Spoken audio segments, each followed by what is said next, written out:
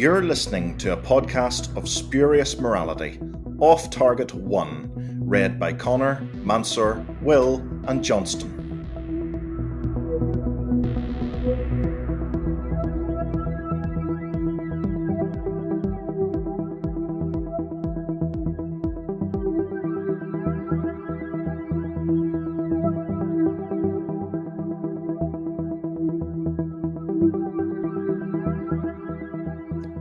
Hello, and welcome to a podcast of spurious morality.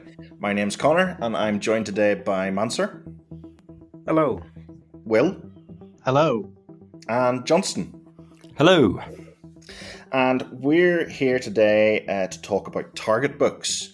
So I thought it would be fun to start a little series, and it'll be something we'll hopefully come back to in future, where we're going to review the Target novelisations.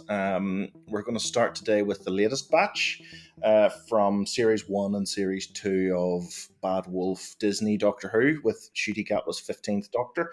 But we will delve back into the classic backlist in future episodes as well.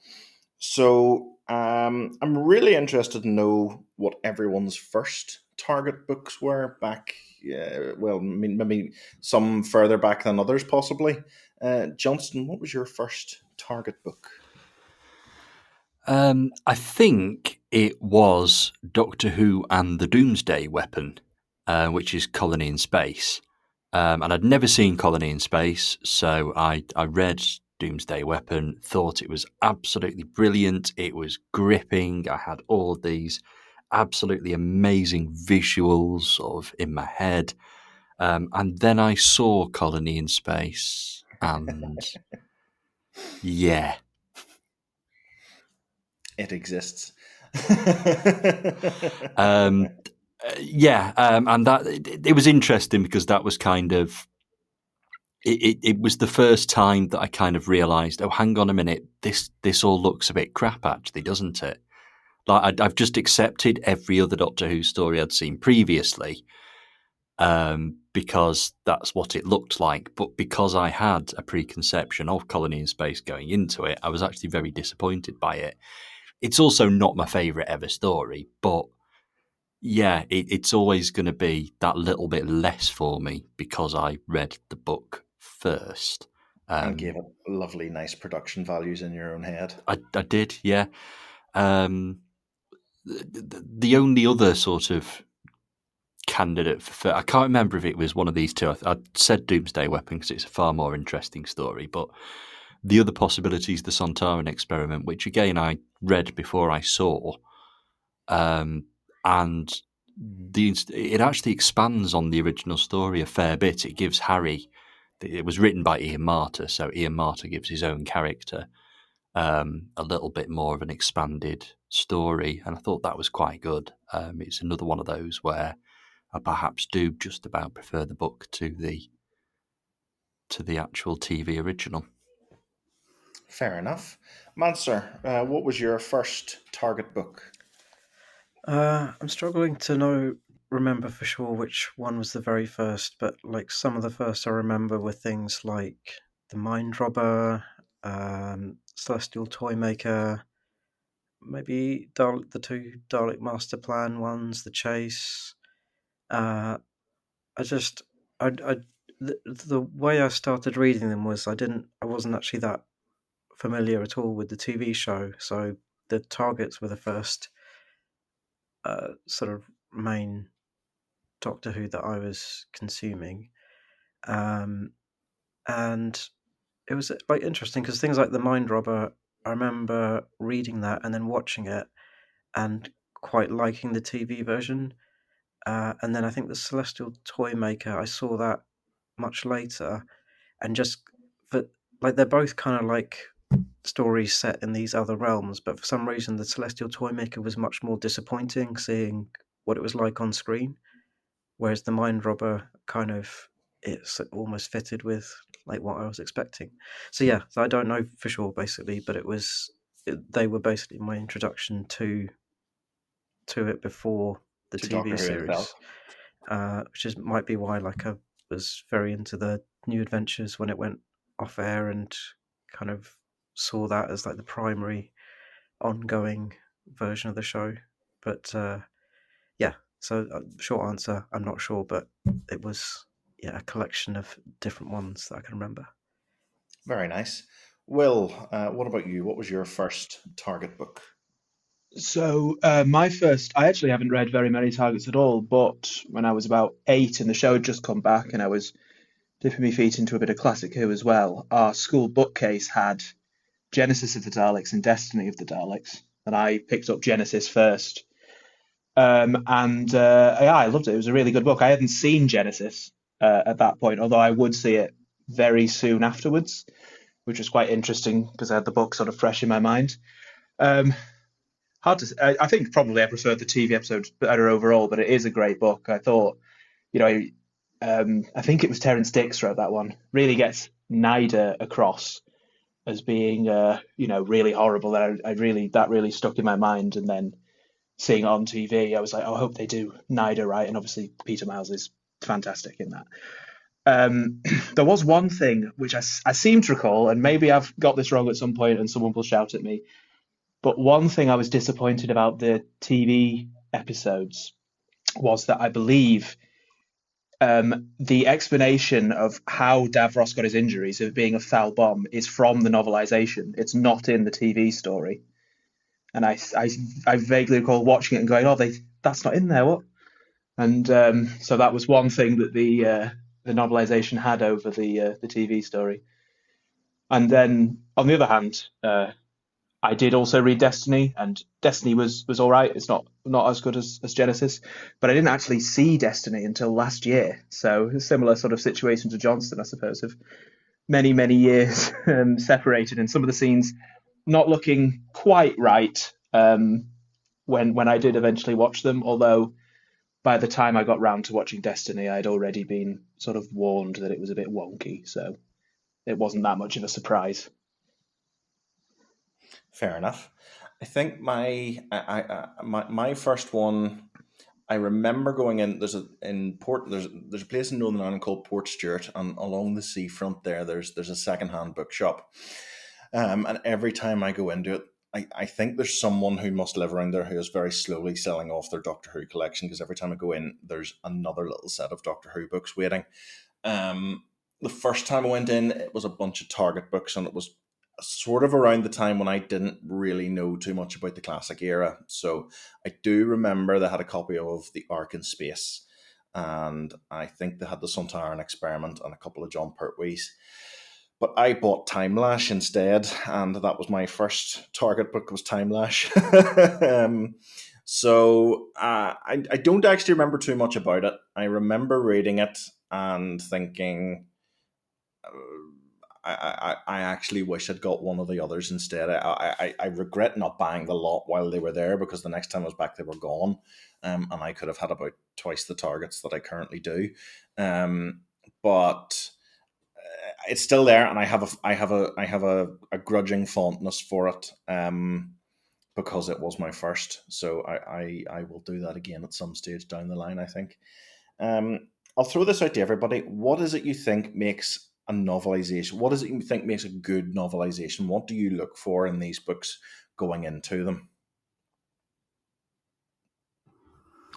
I like to learn something new about the story. So I don't want any big drastic change. Like, I want the adaptation to be pretty faithful. But, I like to find out, a character's motivation or history, something about them that we never actually got in the TV story, or, just those little bits, sort of Adric's a Blake Seven fan, that kind of thing, or whatever. Yeah. Wee details sort of added into a wee bit more depth or a wee bit more insight, maybe. Yeah, just like little tidbits, little bits that kind of, they don't have any massive bearing on the story, but it's just a nice thing to know. It's a nice extra little bit that you don't get on TV. I think I'd agree with that. I definitely don't want it to be an exact one-to-one replica of the TV story. you do want a little bit, some things, you want something either a little bit different or something extra to justify, uh, the same story in a different medium, I think. Mansour, what is it you would look for in a novelization? Um, I think using the format is always good. I listen to the audiobooks of all of the ones we're going to talk about today, so I've only just learnt that Lux, the printed version, has some like quite unique stuff in the middle of it. Um, but also just like using the medium of prose to do like first person stuff. I remember, I don't know if it was first person, but there was like a lot of backstory added to the Remembrance of the Daleks novelization, that like really fleshed out the history of the special weapons Dalek and the Civil War and all of that. So using the medium, adding backstory, and playing with the pace as well, which I think is like really relevant to this most recent Disney era, where like in previous episodes we've talked a lot about how the pace has been a bit breakneck, like, and that you could have done with an extra 5-10 minutes of time. So I think what I'm looking for from a new series adaptation is to like slow things down a little bit and fill in bits that might have been missing or sort of skirted over on TV. Um, so yeah, just using the format and just adding a little bit extra. And I guess it's the opposite of that would be just like transcribing the script. That's probably like the least interesting approach to novelization. So yeah, just doing a bit more than that. I get that, something a little bit transformative. Well, what do you look for in a novelization? So, yes, I like what people have said, like, fleshing things out and maybe different perspectives and things like that. I also think that you can um, sometimes go for bigger swings because I think personally the sort of the role of a novelization has changed slightly since, back in the day in the classic novelizations, because back then Doctor Who was never repeated. So you saw it once or you missed it, and then all you had was the book, and that was the story to you in general. And so therefore it had to be pretty similar to what had happened on screen with a couple of extra things. But nowadays, this is written for fans, and they have the episodes available to them all the time. They've probably seen it a bunch of times, and I think therefore it allows you to, do things a little bit differently. And I think that's something that interests me. So I'll be talking about Lux later, and I'll go into that in a bit more depth. But it's been formatted in such a way where it's very clear that James Goss expects that you have seen Lux and that you know what happens in Lux already. And I think that's a pretty good way to do it because, of course, it's Doctor Who fans that are reading this, and so yeah, that's something that interests me. Okay, I get you. So we'll move on then, and we'll start talking about the books that we've read. So we've each focused on one book each from this latest range. We're going to cover Empire of Death, The Robot Revolution, Lux, and The Well. And I'm going to start us off with Empire of Death. So I actually think I can't remember reading a novelization that was more of a one-to-one copy of what was on screen. It's very, very faithful to the TV version. The dialogue is almost identical, and I ended up really looking for places where it had been changed, and there's only really one or two places that it has been changed.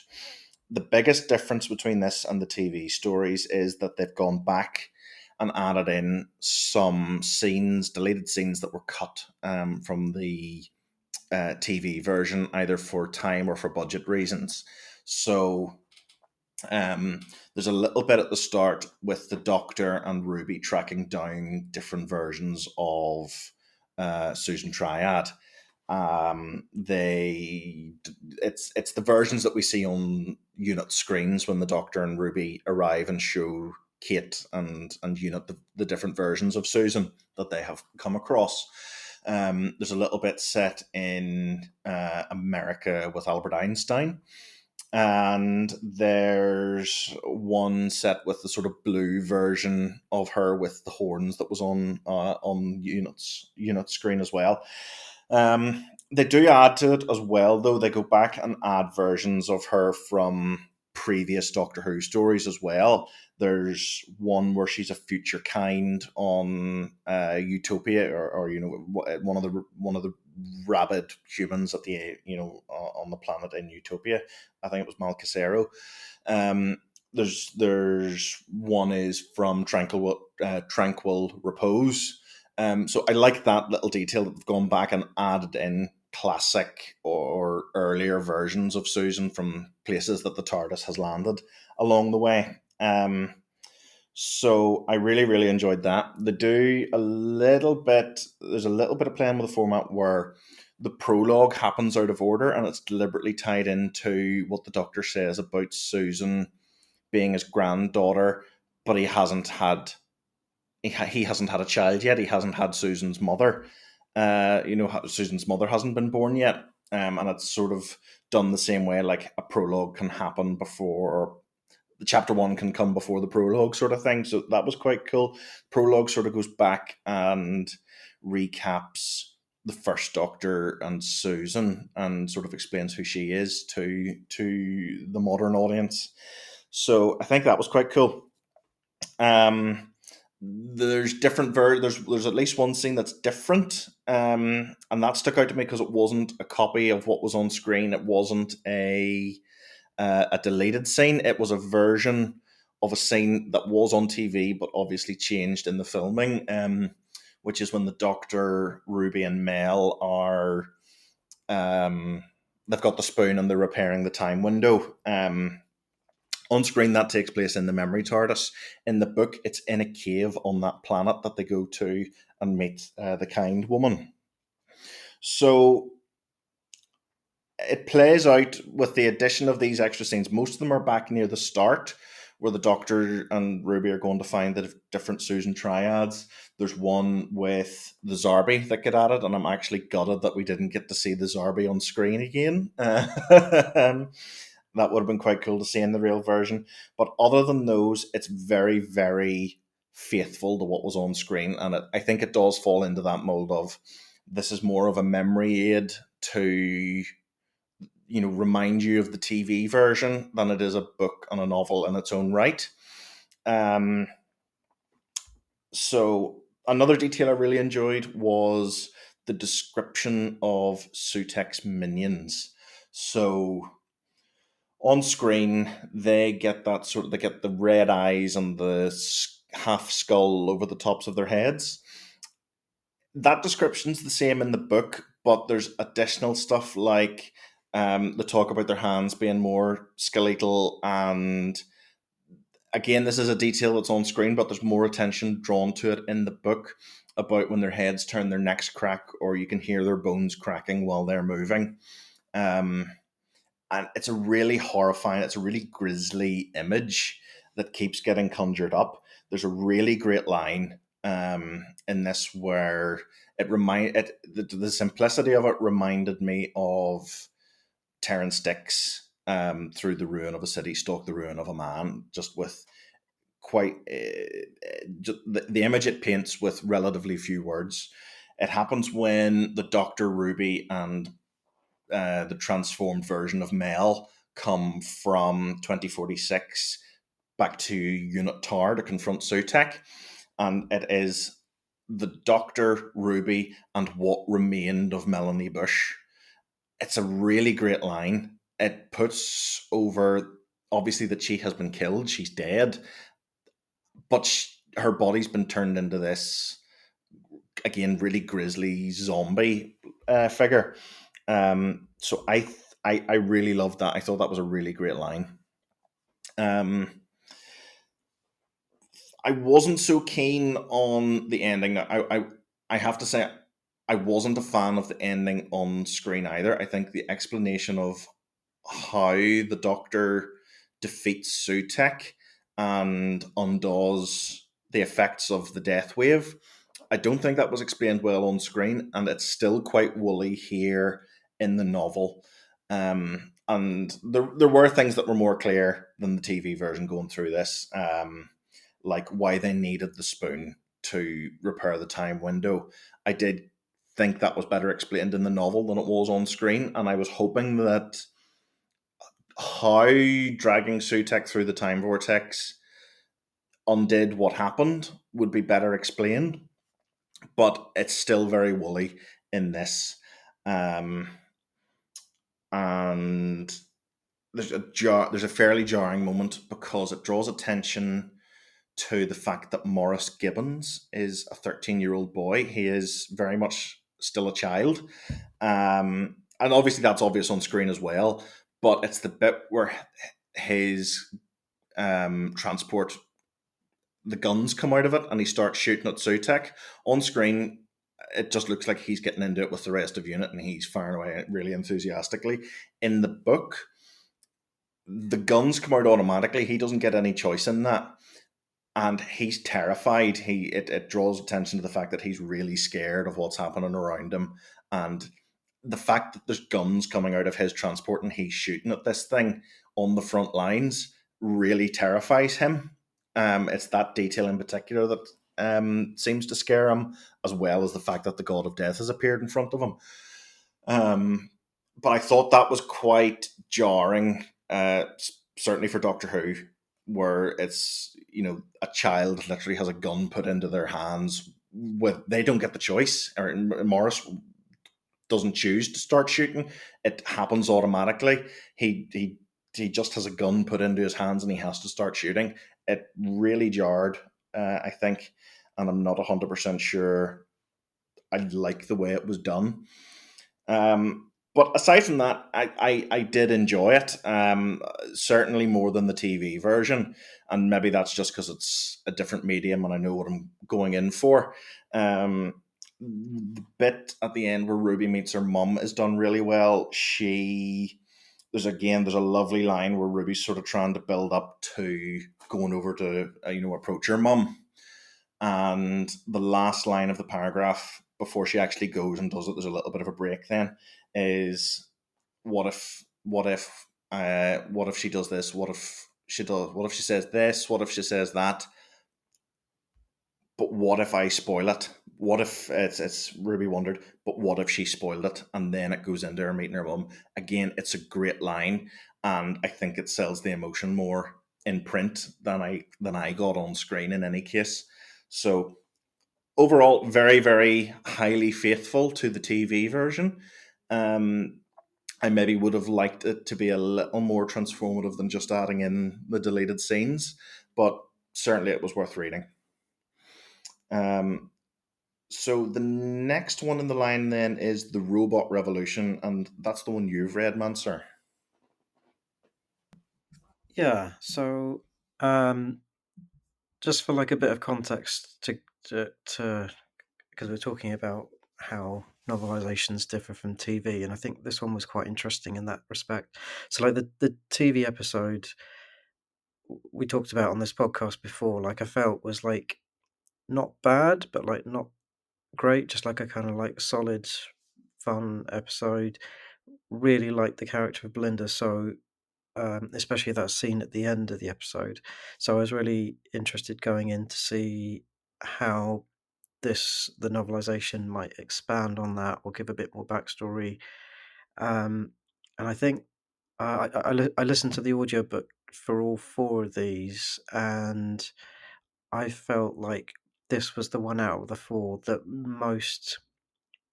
took like grabbed that opportunity to add a little bit more that was interesting. So there were quite a few little bits, but the three things that stood out to me was immediately it launches into a lot more backstory for Belinda, and across season two, there perhaps because of behind the scenes stuff and things that was changing at a late date, there was this weird absence of Belinda's family apart from seeing them pop up as like the unreal versions in Wish World. In this novel, you start off with actually getting a lot more detail around Belinda's past, her family, her extended family. So immediately that was like rectifying, I think, an issue with the TV version of her story. Um, Another big thing was Sasha 55, and again, like for reasons of time, we weren't able to spend that long with her or to understand her relationship with the Doctor. But the book does a great job of just adding a little bit extra to make you care a little bit more about who she is and understand who she is. And there's a really nice little bit of paralleling between Belinda and Sasha as well, where in Belinda's backstory, there's this ceremony or tradition um, about destiny and predicting, uh, where her life's going to go. And in Belinda's case, it's about traveling. And Sasha, it's not exactly the same, but there's like a very clearly parallel um, process that goes on there. I think in Sasha's case, it might be the robots or a computer that's like extrapolating what her future is going to be. But I thought that was like a really nice little way to parallel the two characters and kind of say like it's almost by chance that like Sasha was the one who ended up dying and Belinda didn't. Um, And then the last one was Alan, who, like, so with Alan, I think on TV there was this really interesting contrast with Conrad. They both share a lot of traits, and also like to some extent with Kid later on as well. But Alan and Conrad both have that kind of that overlap, where that they're in that sort of incel conspiracy theory territory. Alan's more on the incel side, and Conrad's at the more conspiracy theory end of things. But clearly, those are like things that do overlap. But I thought Conrad was much more subtly drawn over the whole season. He felt like a much more real and therefore more hateable character. Um, whereas Alan, we only see him in one episode, and maybe it was the nature of the story, with the robot revolution being a bit lighter, but I thought Alan was much more cartoony in terms of how he was presented on screen. Um, and I think the book does a great job of not completely changing his character, but providing so much backstory about how his relationship with Belinda developed that Alan now feels like a much more real, but still very, very unpleasant and um, uh, character. And also, like another thing that fixes is understanding how someone like Belinda would have been in a relationship with him in the first place. Um, and it does an amazing job, I thought, of like giving you her perspective on how things got to that point and like what's going through her head when she sets a boundary and says, "No, actually, no, I'm not. I'm going to say no to this and stop this before it goes any further." So yeah, I think there was probably lots more throughout the book, but like those are the bits that stood out to me just in terms of what it adds to those three characters: Belinda, her family, Sasha, and Alan. Um, and as I said, I listened to the audiobook for all four of these, and this one, along with The Well, I think was one of my favourite readings. Like none of them were particularly bad. They were all good, competent readings. Um, but yeah, Radha Sesu reading this one, and then, um, like I said, the last one, the Well, that I think that was read really nicely as well. But it adds a lot because this is introducing Belinda as a character, so to have the actor who played her on screen reading the audiobook, that worked really well for me as well. So yeah, I really enjoyed this one, and I think this like completely achieved that goal or mission of adding to the TV episode, not just adding, like not just sort of shoving in deleted scenes, but adding depth to it and making you go back and see the TV version differently the next time you watch it. So yeah, really, really enjoyed this one and would absolutely recommend it. With the caveat that I I still really dislike the way Belinda's story finishes on screen. So if they ever get to novelizing Wish World and the Reality War, I'd be really curious to see what they might be able to do to put a new spin on the way her story ends up. But yeah, I'd be really interested to see whether we would get the version that was on screen or something closer to the original pre-reshoots version of the Reality War. Or a combination, like maybe where reality Yeah. gets rewritten and you see the different versions. Yeah, I'd really like to read that. Will, you've been reading Lux. What did you think? I have been reading Lux. So Lux was one of my favourite episodes of the most recent series. So that was the one I sort of gravitated towards. And overall, I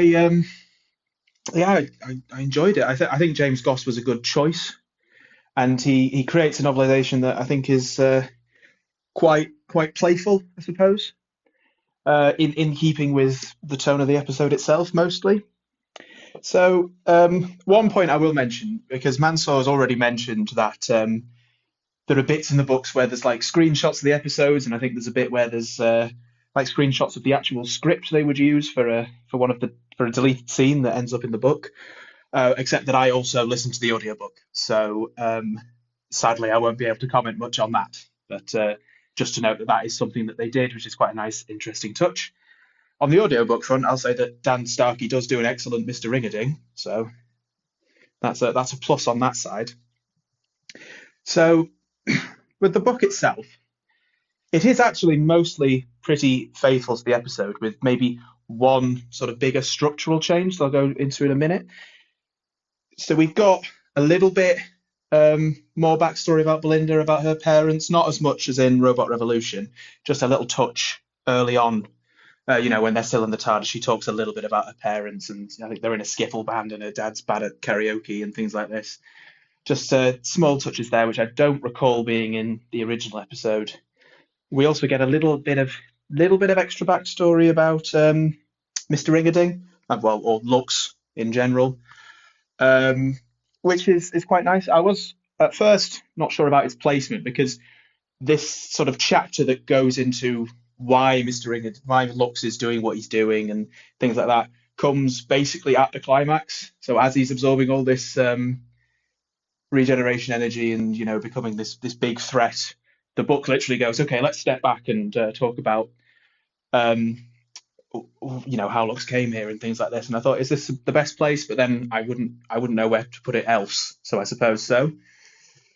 And so that was an interesting aspect. And on that front, the book goes a bit more into some of the thematic stuff that was, pointed out in the episode, which goes into a bit more depth here. So this idea of this is something that comes up in the cold open, which has been extended quite a lot, not in terms of what actually happens, it's pretty faithful, but just the prose, and we really get into a lot of people's heads. We get into Reginald Pye's head, and we get into the heads of some of the cinema goers and things like this. And Reginald himself thinks about light both as a source of hope, but also as a source of destruction, and light and dark and things like this. And I think definitely things that were in the episode that has been explored more in the book, which is always something that you want. The main change that this book makes, and something that James Goss had a lot of fun with, is with the fans. So obviously in the episode, it is a big twist that halfway through, the Doctor and Belinda break out of the TV and meet a bunch of Doctor Who fans.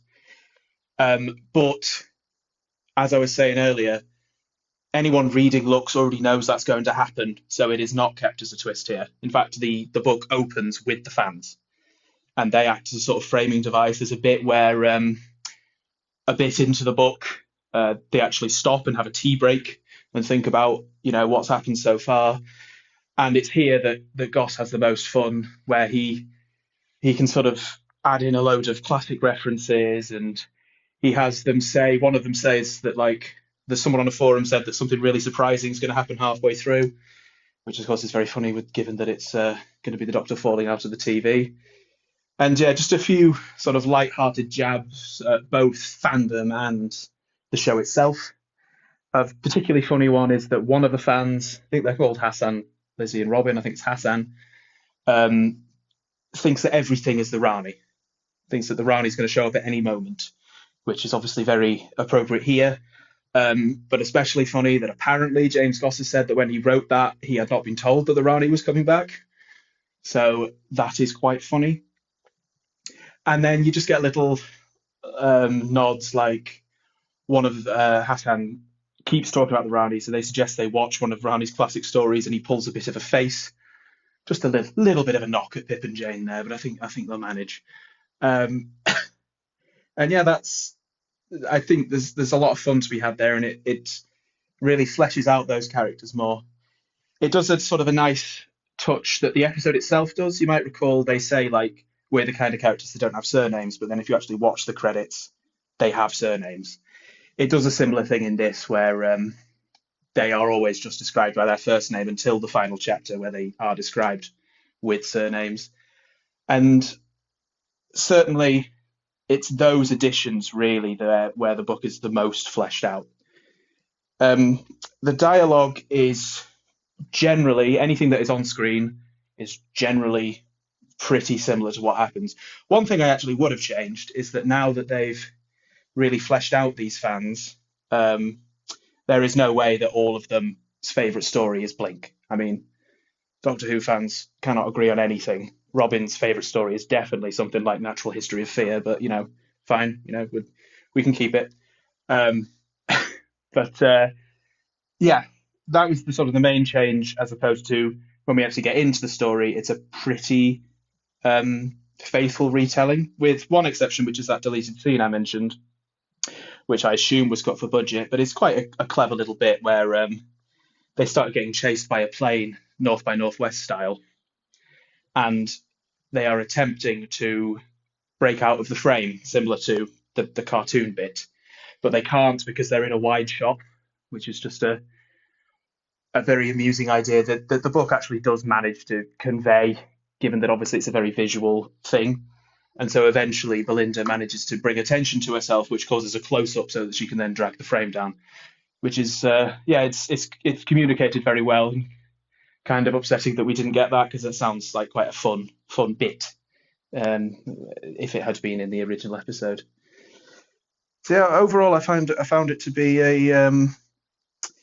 just quite a fun book. Obviously very fanish. I think it's really, for me, I think that if you're going to be sort of fanish and self-indulgent, the Target novelisations are probably the best place to do it. Because there's also references to not forgetting to subscribe to the official Doctor Who YouTube channel, and a reference to this novelisation, where as they're watching the episode, they note that there's going to be a novelisation from the guy who wrote The Giggle, which one of the fans says was all right, they guess, and things like that. So yeah, basically a pretty faithful adaptation of Lux, but with James Goss having a lot of fun on top of it with these very meta aspects that the episode was known for. I think that's everything. Yeah, that's the main gist. It sounds very similar to what he did with The Giggle, where he had the toy maker was sort of, it was told in the first person from the toy maker's point of view, and there's a bit where he stops just after Ncuti Gatwa arrives after the Bi-Generation, and I was like, okay, I'm going to stop now and go and read the fan fiction. So I love those wee details. It's I think Goss has a really funny style, and I like the irreverent comedy that he's put into his Target book so far. So I think Lux might move its way up to the top of my reading list now. Yeah, it is quite funny on that point, because I think in his books, Goss is known for this very irreverent tone and this sort of light-hearted comedy sort of stylings, and which is quite amusing, because literally the Doctor, well, the Whoniverse story I listened to before Lux was The Hope, which is by James Goss and very much not a comedic, light-hearted. It's quite the change from one to the other. That is like an oppressive story. Yeah, he does. Yeah, and he has a lot of tricks, but for his books, he's more known as this light-hearted figure. And then you listen to some of his torturings, and you're like, Jesus, James. I haven't done it for a long time, but I really enjoyed his Target version of City of Death, which I think was a sort of abridged version of his. He had done a longer novelization of it before, and I think the Target one's an abridged version. But I remember that comedy being there, but it's more in the Adams style. It's in the turn of phrase. It's not so. It's maybe not so in your face as the Lux sounds and as the giggle was. But it's very much present there as well, and I really hope we get some more targets from him in future. Johnston, you're going to finish us off then with The Well. What did you think? So I'm going to kind of preface this by saying that I really liked the episode The Well, and I did really like this novel, or novelisation, I should say, because I feel like I'm going to be mean here. Maybe I'm not, but bear with. So, The Well, great episode. Very, very tense. Lots of slow-paced, tense, dialogue-heavy scenes. Not an awful lot going on visually because that's kind of the nature of the beast, literally, of the monster. So I don't think that the novelisation had a lot to go on. And I honestly think that maybe there was a bit of an issue filling the word count with this one. It's quite short. I'm not sure how many pages it is. I've listened to it, and the audiobook was pretty much bang on 3 hours, which compared to other targets I've listened to, I've probably listened to about 20 others, I would guess. It's by far the shortest. It's the shortest by a good half an hour, at the very least. And I genuinely think it's because there's not a lot to adapt. Not much happens in The Well. It's not about story and events so much. It is about the tension, the pace, all that kind of thing. So it takes a lot of side steps, is basically what I'm saying here. The book takes a lot of side steps. It goes in varying directions. It references other things. I really like the start, though. The prologue is kind of the story so far from the perspective of the creature. So it kind of references what went on in Midnight based on how the creature saw things. It remembers the Doctor. It's determined that one day it will get revenge on the Doctor. That's your prologue. It's kind of short and sweet. I really like it, though. It's I was talking earlier about something that you will never get in a TV episode. That's it. Just a little bit from the perspective of the monster from Midnight and The Well. And it works really well. But then we go into the main story and we spend what felt like a long time doing the who is the Doctor, who is Belinda, what is the TARDIS, explaining the basics, which, okay, a lot of other targets kind of filled out the word count by doing that. I can sympathise. But this seems to go into a lot of detail. It takes quite a while for the Doctor and Belinda to actually get out of the TARDIS. And nothing particularly happens that we didn't see on screen. It's the whole stuff about, going to the wardrobe, girl, you're starting to enjoy this, all that kind of thing. It's all there, recreated pretty faithfully. Everything in the episode is recreated very, very faithfully. So we've a lot of very sort of description-heavy material, and it's purely, I think it's purely to mask the fact that there's not an awful lot of story there. Again, not a criticism. The Well was a great episode, and this is a good adaptation of that. One sort of little sidestep that it takes that I did quite like is every time one of the soldiers becomes significant, we kind of go into a little bit of a profile about them. So it's, this soldier here, this age, from this place, they were involved with these battles. Here is their military record. They are likely to be promoted, not likely to be promoted for this reason, all that kind of thing. And again, it's really good. It's extra just little bits about these characters. But the problem is, we've never heard of any of these battles before. It's literally just like, oh yes, served in the Battle of Zog and was the only survivor from their battalion. It doesn't really mean anything. It's literally just a lot of it's a lot of words. And, it's something that Russell T Davies was really, really good at first time round, referencing things like the Nightmare Child and sort of all of this. And it just doesn't work as effectively here. But I like it. I like it as just something that's scattered throughout the book. It just gives us a little bit more about these sort of military characters. And it is very easy. And certainly on screen, it kind of feels like they are just like soldier number 2 who's second from the left. So we just get a bit more about them, and that's nice. We get a pretty much full flashback to midnight. So Donna's in it, the 10th Doctor's in it, but it's basically just the conversation that they have in the pre-title sequence of midnight. The Doctor telling Donna, "Oh, come on, it'll be a lot of fun," and Donna going, "No, I'm sunbathing." So again, we're not getting anything new here. We're just filling a few pages by rehashing the first couple of minutes of midnight. It does a little bit to flesh out Belinda. Not loads. It sounds like Robot Revolution does a far better job, judging by what Mansoor said. But it's definitely there. We do get little bits about Belinda, and we get quite a bit of stuff from her perspective and how she's feeling and that kind of thing. So we learn a little bit more about her. And again, it talks about her parents, although that was covered in previous books for the sounds of it.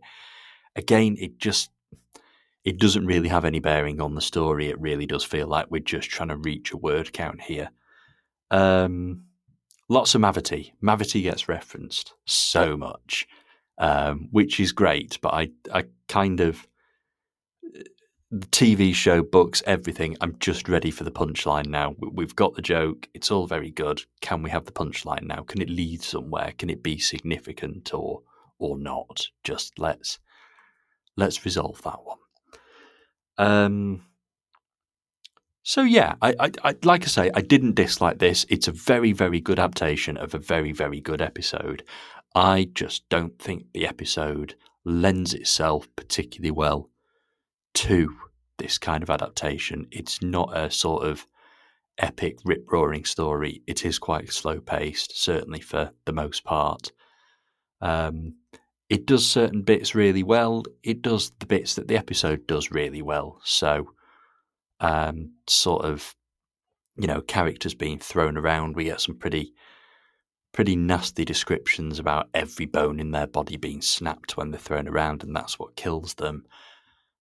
We genuinely get the terror of Alice, how horrible it's been for her to be locked there for a couple of weeks.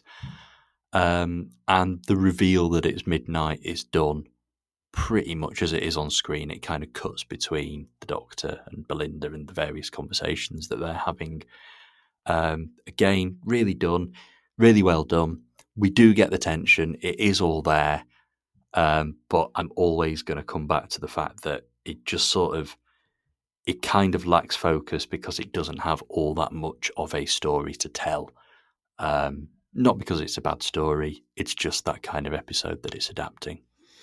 I get the impression that it's a thriller on screen, a suspense thriller on screen, and it sounds. I think a lot of that is in how that sort of television is made. The style of filming, the sets, the performances. I can see it being difficult to translate that into a novel without too much going on event wise to spice things up for the prose. I would like to read it because I really enjoy the TV version as well. I hope to read all of these at some point. But I fully get what you say about it being a difficult one to adapt into a book. So that brings us to the end. hopefully we'll come back and do some more of these. I really want to delve back into the classic backlist and see how some of my favorite TV stories, because I own quite a few Target books. I haven't actually read very many.